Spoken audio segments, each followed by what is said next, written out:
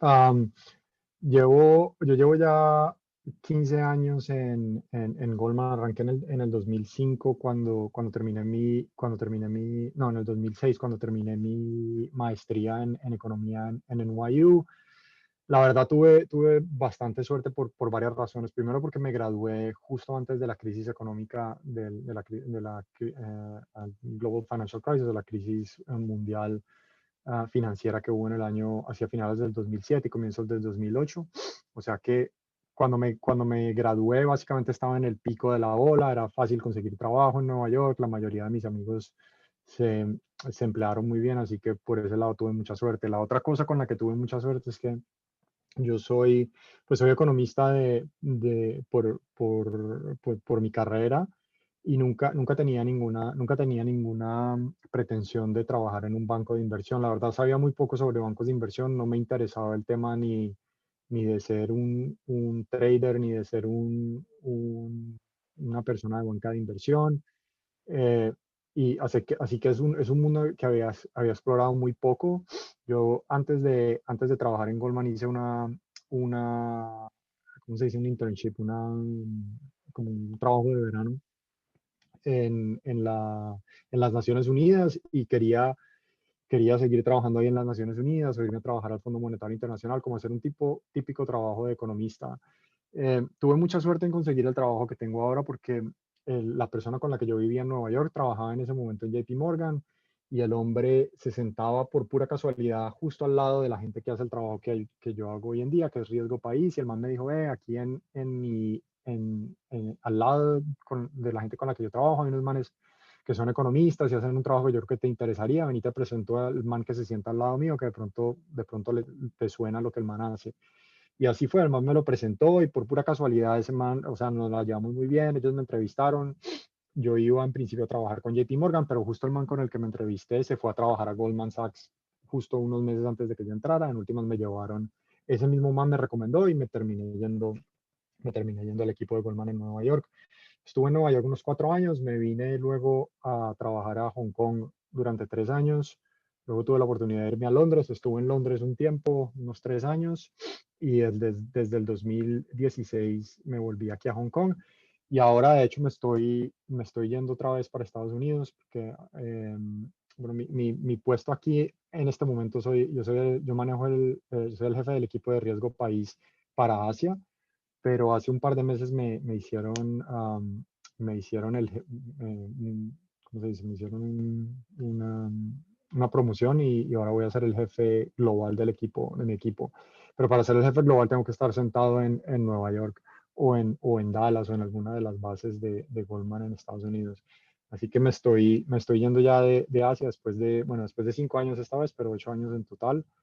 Y, y bueno, pues me voy cuando se pueda, número uno, conseguir una visa para Estados Unidos y número dos, cuando se termine el tema de la pandemia. Así que yo creo que probablemente a mediados del año que viene o por ahí entre abril y mayo del próximo año estaré otra vez basándome en Estados Unidos. Lo que yo quería, aparte de eso, de contarles un poquito sobre mi historia, quería contarles también un poco sobre el área de riesgo, porque una de las cosas que realmente, bueno, creo que la educación que tuve la oportunidad de tener en los Andes fue muy buena y la educación que tuve también en NYU fue muy buena, pero siempre faltó una clase como que le diera un poco una perspectiva de que realmente qué es lo que hace un banco. Probablemente ustedes que están en un sector un poco más financiero, que están en una carrera un poco más financiera, tienen una idea mejor. Pero yo nunca tuve la oportunidad de tener pues, esa conciencia de lo que un banco hace y principalmente de lo que un banco hace, digamos que tras bambalinas, porque obviamente uno tiene una idea muy clara cuando piensa en un banco de inversión, piensa, oh, los traders o la gente de investment banking, pero hay un área enorme en un banco de inversión y en un banco normal, en un banco cualquiera, pero principalmente en un banco de inversión, que es el área de riesgo. Y mi equipo hace parte de lo que se llama el área de riesgo. Um, Así que la forma en la cual el área de riesgo en Goldman, que es una de las áreas más grandes del banco, está organizada, estamos organizados básicamente en cinco áreas. Cuando se piensa en el riesgo que un banco financiero, que un banco de inversión toma, Hay principalmente 5 áreas de riesgo que el banco cubre, que son las que cubrimos desde aquí, desde Goldman.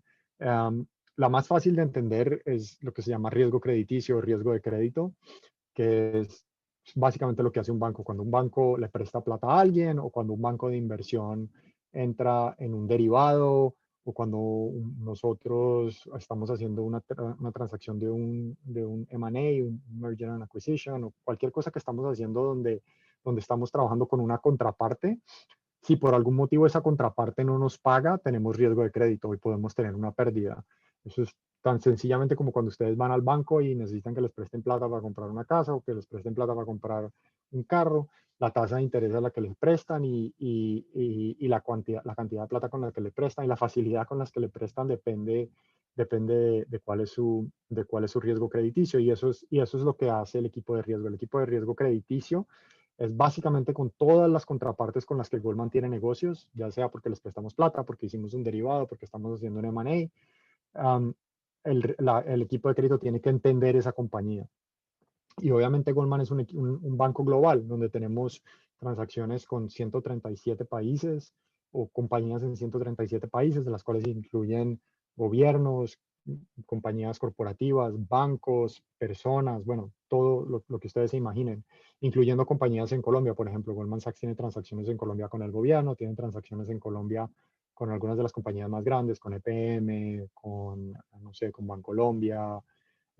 Ha sido parte de financiación del 4G y cosas así. Entonces, cuando le prestamos plata a alguien o hacemos una transacción en Colombia, tenemos riesgo de crédito.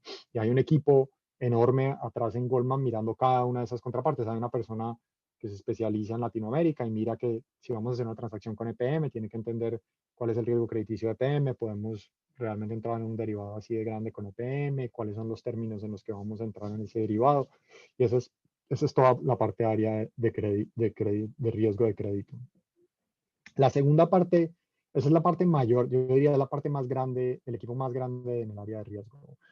La segunda parte más importante en el área de riesgo es lo que se llama riesgo de mercado, que es un poco diferente. El riesgo de mercado no es el riesgo que Goldman incurre cuando le presta plata a alguien, sino es el riesgo que tenemos nosotros cuando se mueven los mercados. Por ejemplo, Goldman, por su naturaleza, a veces tiene, no sé, tiene en su balance, puede tener pesos, puede tener activos que son de tasa flotante en Estados Unidos, en Italia, en Nigeria, y cada una de esos activos que la firma tiene, ya sea plata, ya sea bonos, ya sea acciones, obviamente cuando el mercado fluctúa, el valor de esos activos fluctúa.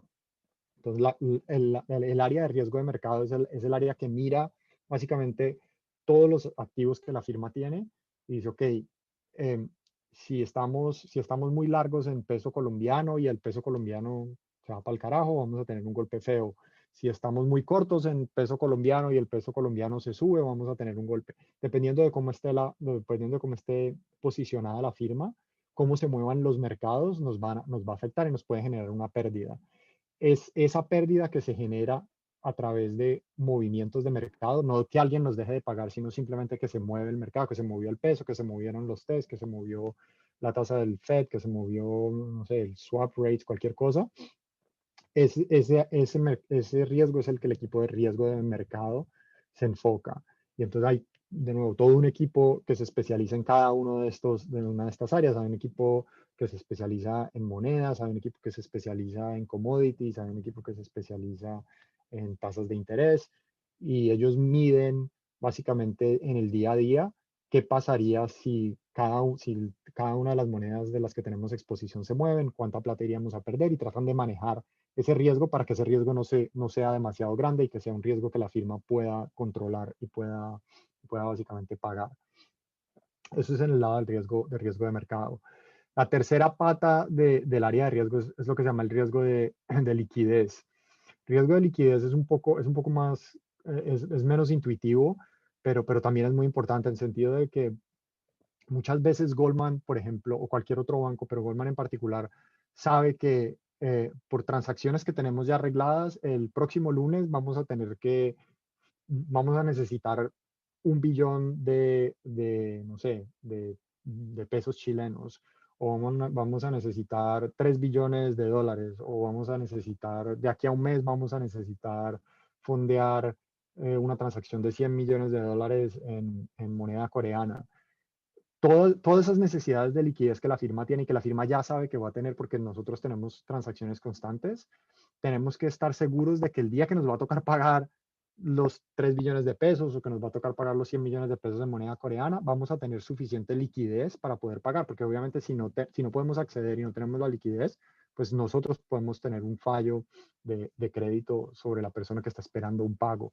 Así que hay todo un equipo detrás que se llama el equipo de riesgo de liquidez, que básicamente tiene un conteo de todas las transacciones y todas las necesidades de fondeo que Goldman tiene para estar seguro que pase lo que pase, si se cierran los mercados, si por algún motivo hay una guerra en un país o si por algún motivo hay elecciones en un país, que tenemos suficiente liquidez para cubrir las próximas semanas y que la firma no va a tener ningún riesgo de fallar por no haber sido capaz de acceder a liquidez. Eso es básicamente el área de riesgo de liquidez. La cuarta pata del área de riesgo es lo que se llama riesgo operacional. Esta es relativamente fácil de entender. El riesgo operacional, el ejemplo más fácil que les puedo dar es, por ejemplo, aquí en Asia, tenemos un riesgo operacional enorme en Corea, porque tenemos una oficina muy grande en Corea del Sur, tenemos un- una, tenemos una base muy grande, tenemos gente, tenemos transacciones grandes, tenemos mucho capital invertido en nuestra oficina en Seúl, pero obviamente tenemos un Corea del Norte al lado y hay un constante riesgo de que pueda haber una guerra entre los dos países. Entonces la firma se tiene que preparar operacionalmente para hacer, ok, ¿qué pasa si el día de mañana hay una guerra en Corea?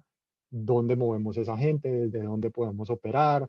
Eso es un ejemplo sencillo. Un ejemplo que de hecho pasó aquí en Hong Kong el año pasado es cuando había, no sé si vieron las noticias, me imagino que sí, pero hubo un movimiento de protesta súper fuerte aquí en Hong Kong y por algún momento hubo incluso miedo de que los chinos, o sea, el ejército chino se fuera a meter a Hong Kong realmente fuertemente y tal vez desconectar el Internet por un tiempo mientras las cosas se mejoraban.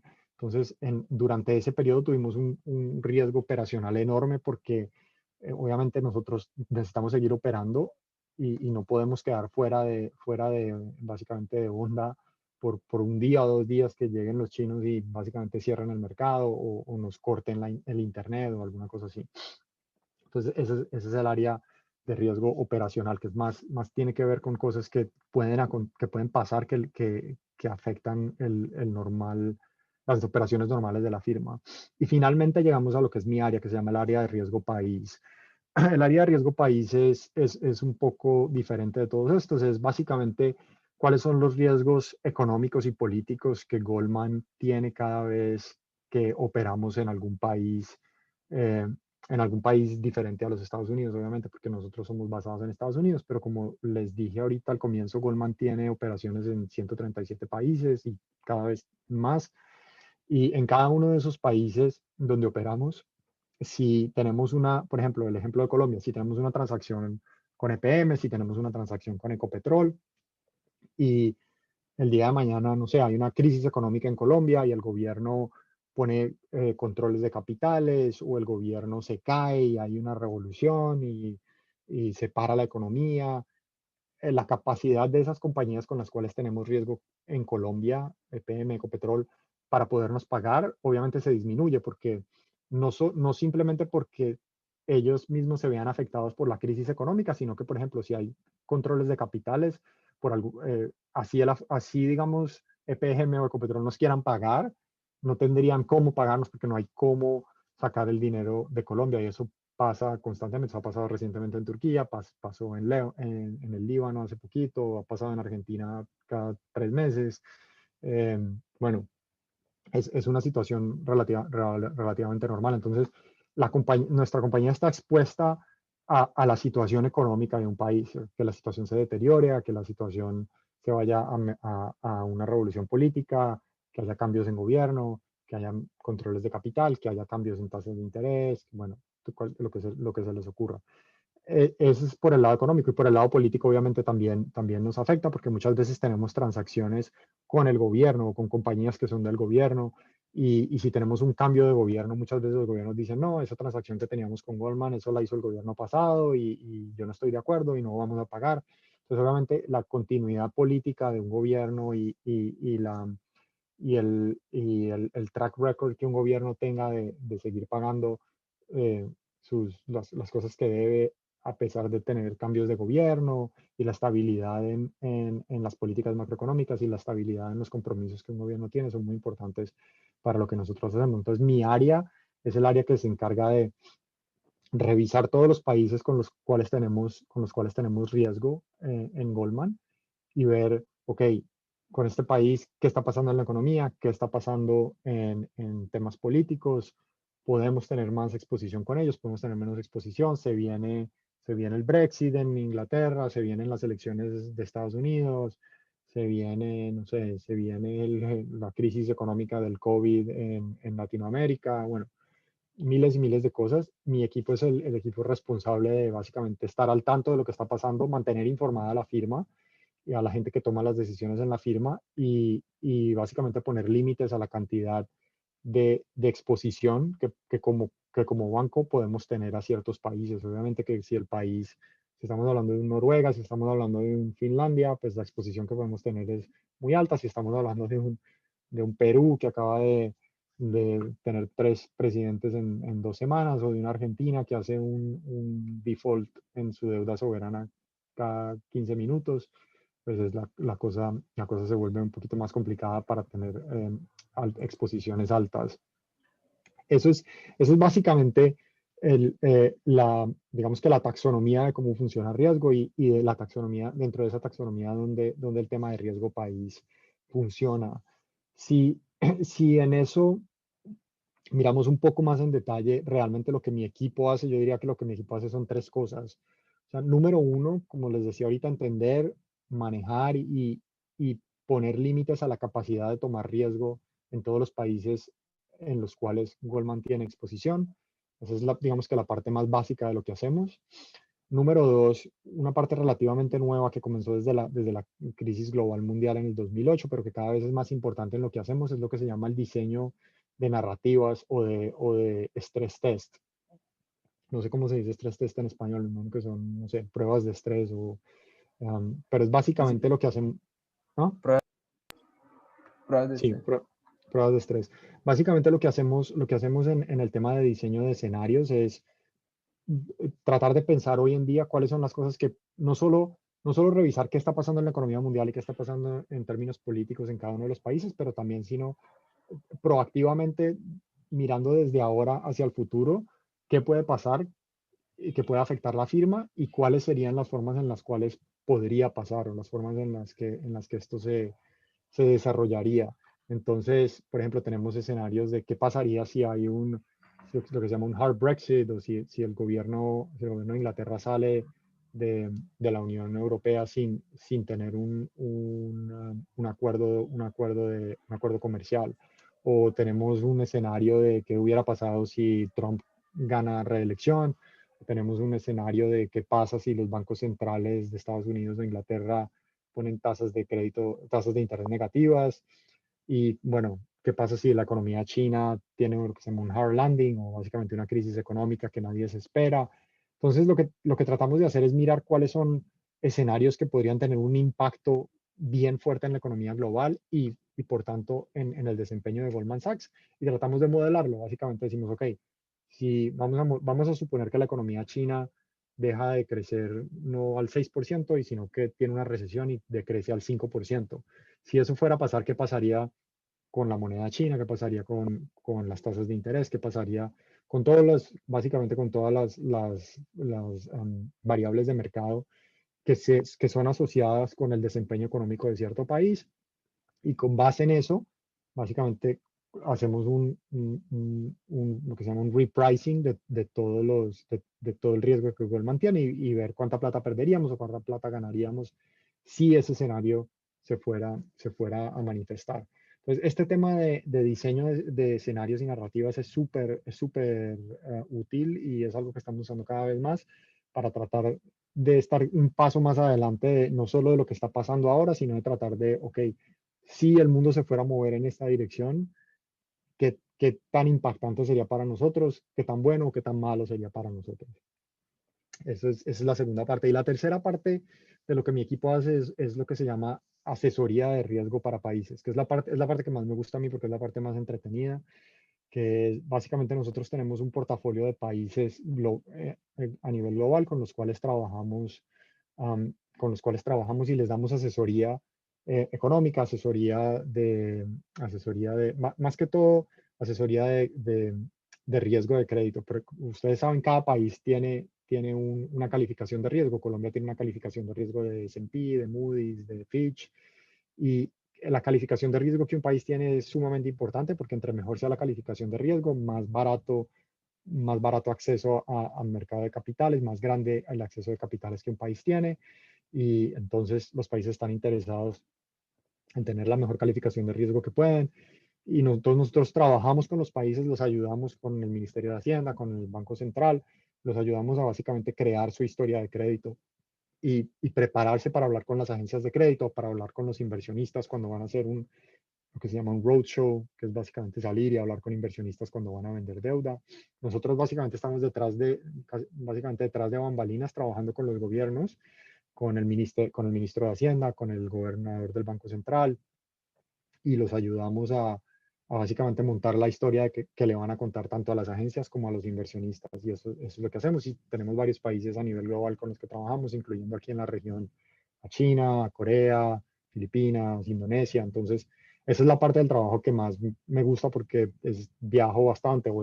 Estoy en Beijing con la gente del Banco Central en la China, con la gente del Banco Central en Corea, me reúno con la gente del ministerio en Filipinas, en Indonesia, tenemos otros países en América Latina, otros países en Europa. Entonces ahí no solo pues es interesante porque se viaja y se conoce gente súper interesante, pero también porque tenemos la oportunidad de ver de primera mano qué está pasando en esos países, que sirve también al mismo tiempo para nuestro propio manejo de riesgo y entender realmente eh, cómo las políticas están siendo aplicadas en ese país, en cada uno de esos países en donde trabajamos y les ayudamos a hacer su historia de crédito. Así que básicamente esas son las tres áreas. Por lo general, la gente que trabaja en mi equipo, somos un equipo relativamente pequeño, fluctúa, pero somos entre 8 y 10 personas. Por lo general tenemos básicamente 3 personas en cada una de las regiones, tres personas aquí en Asia, 3 personas en Londres y 3 personas en Nueva York o en Dallas, donde la oficina está creciendo bastante ahorita. Y por lo general el, el background de educación de la gente con la que trabaja, que están en el equipo es gente o con background de economista o con background de analista político, básicamente, porque es lo que más hacemos. Pero obviamente que un entendimiento de mercados financieros es bien importante porque digamos que una de las cosas que es interesante en particular del trabajo que nosotros hacemos es que no es, o sea, yo no llego al trabajo y me pongo a pensar, ¿qué está pasando en este país o qué está pasando en este otro país? Por, por, simplemente porque me parece interesante. Si yo me concentro en algún país o vemos qué está pasando en algún país, es porque realmente Goldman tiene una exposición grande en ese país, tiene negocios en ese país, así que para entender el riesgo de país que nosotros tenemos, qué tan impactantes los movimientos en la economía, qué tan impactantes van a ser movimientos en los mercados, qué tan impactantes van a ser movimientos políticos. Nosotros también mi equipo tiene que entender qué tipo de negocios tenemos. Entonces tenemos que saber un poco sobre derivados, tenemos que saber un poco sobre, obviamente, las operaciones normales de un banco de inversión para poder entender también cuáles son esos productos que Goldman ofrece y que podrían generar riesgo en un país en particular. Entonces, aunque la mayoría, como decía, aunque la mayoría de nosotros somos economistas o analistas políticos, tenemos, tenemos que, un momento, me está diciendo que la reunión se acaba en 10 minutos, Juan Fernando. Sí, ahí pues dependiendo de... Vale, vale. Ajá. Vale, igual ya estoy acabando igual y lo abrimos a preguntas. No, sí, básicamente eso era todo.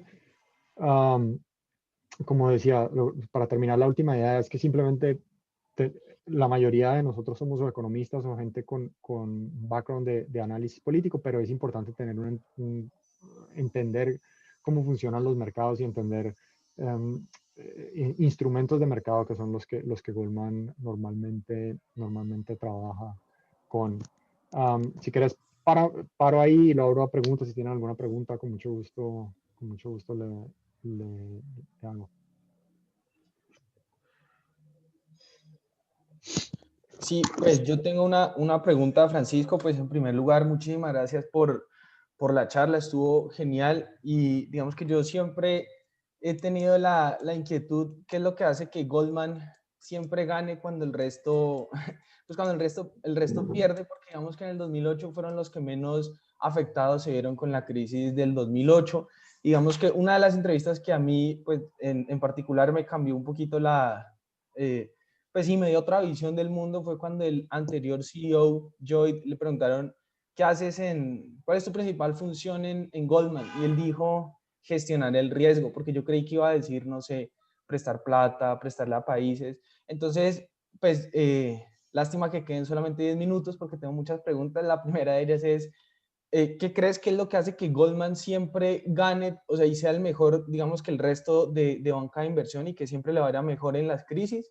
La segunda es, digamos, cuando uno escucha a Jerome Powell y le preguntan que por qué ha hecho tanto QE, él dice, es que tuve mucho miedo de que los mercados se quedaran ilíquidos. O sea, toda esa plata en plena crisis del coronavirus, ¿a dónde se va? Y digamos, la plata sigue estando, pero digamos que siempre he tenido como esa inquietud, ¿a dónde se va? Y por qué Jerome dice, es que tengo miedo de que los mercados queden ilíquidos. Y la tercera, qué pena ahí, es, digamos, esta pelea ahorita entre Mnuchin y Powell, de que Mnuchin quiera recortar algunos programas de la Fed.